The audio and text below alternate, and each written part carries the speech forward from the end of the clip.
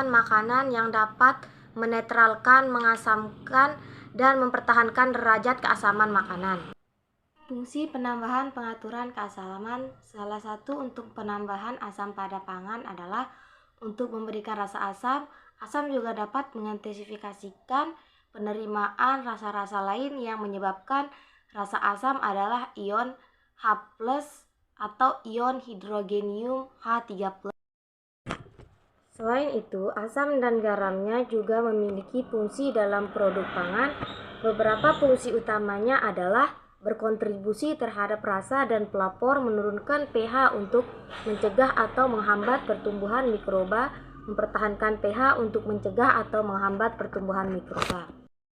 Pengelompokan pengaturan keasaman dibagi dua, yaitu alami dan sintesis. Alami, pengaturan keasamannya adalah bahan pengaturan keasaman yang didapatkan dari asam ataupun buah secara alami, contohnya asam jawa, lemon, jeruk nipis, nanas, dan kedondong. Sedangkan sintesis, pengaturan keasamannya adalah yang dapat berdasarkan perlakuan kimia atau disintesis terlebih dahulu, contohnya asam asetat, asam sitrat, asam laktat, dan asam tartrat. 2. Kegunaan pengaturan asam pada produk olahan, misalnya pada jeli.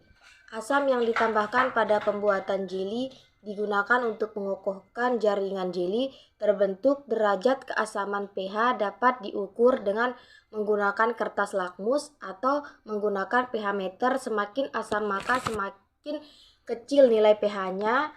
Jeli akan terbentuk pada pH 2,5 kurang 3,4 dan yang paling baik adalah dengan pH 3,2. Apabila pH jeli yang dihasilkan di bawah 3,2, maka jeli yang terbentuk tidak kokoh atau lemah.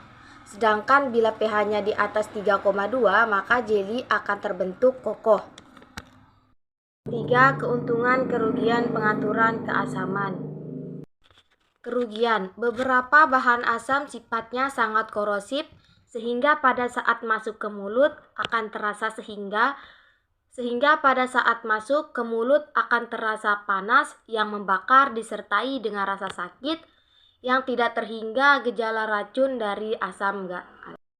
Korosif pada selaput, lendir, mulut, kerongkongan dengan sakit dan sukar menelan dapat menyebabkan jaringan mati dan perubahan warna dari putih menjadi kelabu kemudian menghitam.